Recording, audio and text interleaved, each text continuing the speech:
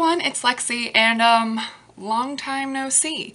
So I'm back with another video, and I know it's been quite a while since my last one, but I'm not going to go into any details because I truly don't feel like doing that in this video.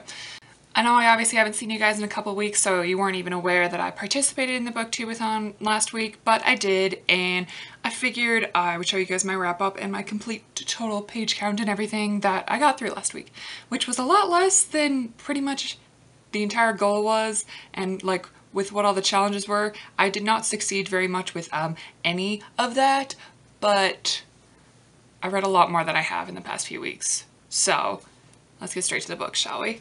So the first book that I read for the BookTubeAthon that I picked up on day one was A Midsummers Nightmare by Cody Keplinger.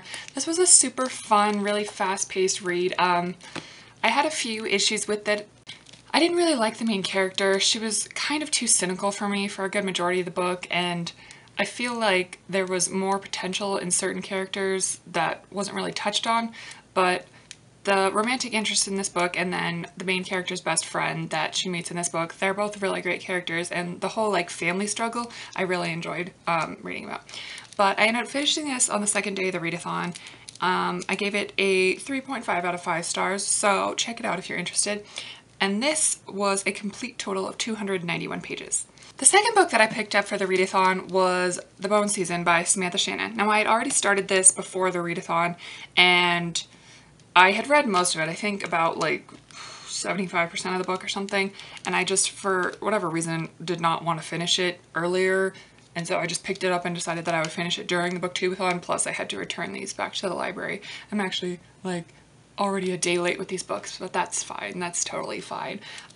Anyways, I finished this book on, I believe, the third day of the readathon. I didn't keep that many tabs on like which specific day I finished the books on, but I really love this book. It's probably one of my new favorites. It's an adult novel, and for not reading very many adult novels, it's, oh my god, it was fantastic. I'm gonna go out and buy my own copy of this, and I can't wait to read the sequel, and you guys should definitely pick this up.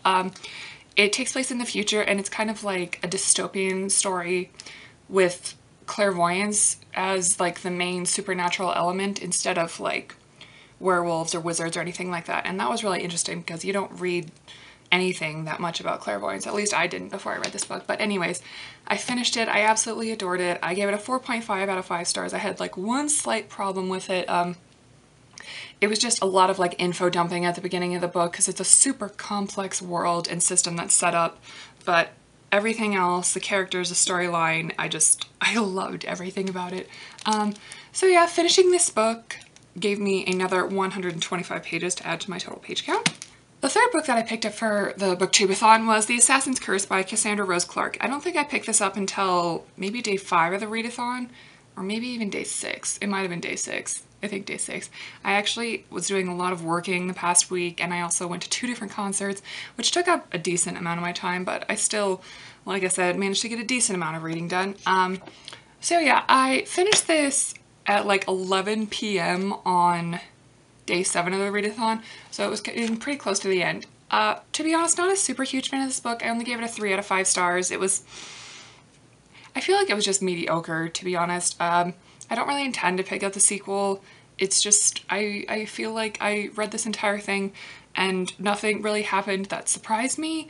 I was waiting to get to the end thinking there would be some great big plot twist, but the thing that happens at the end is given to you on the back synopsis, which is really just super lame, and like I said, it just did not feel like a super exciting book to me. But I did decently like the characters and the setting of the entire thing, so I gave it a 3 out of 5 stars, and this added 288 pages to my total page count. And then I decided that I would just keep reading for the last hour before the BookTubeAthon was over, so I picked up Who Could That Be at This Hour by Lemony Snicket, and this is the first book in the All the Wrong Questions series, which is kind of like a companion series to a series of unfortunate events, I believe. From the part that I've read, it was not like at all related, except for the fact that Lemony Snicket is the main character and he's sort of involved within the series of unfortunate events books. If you've read the series, you know what I'm talking about. It's super complicated and weird, but yeah, I read the first 51 pages of this before the night was over, and I really enjoyed it. It's a super fun read, and I'm pretty sure I'm going to continue on with this series. I liked it a lot, so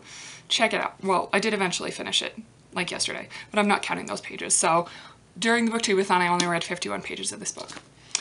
A combination of all 4 of those books brings my total page count to, drumroll please, 755 pages, which, like I said, is not super fantastic, but it's kind of awesome considering that I finished 3 books in 1 week when I've been averaging like a book every 3 weeks for the majority of this year so far, because my reading has just been kind of suckish for a couple of months.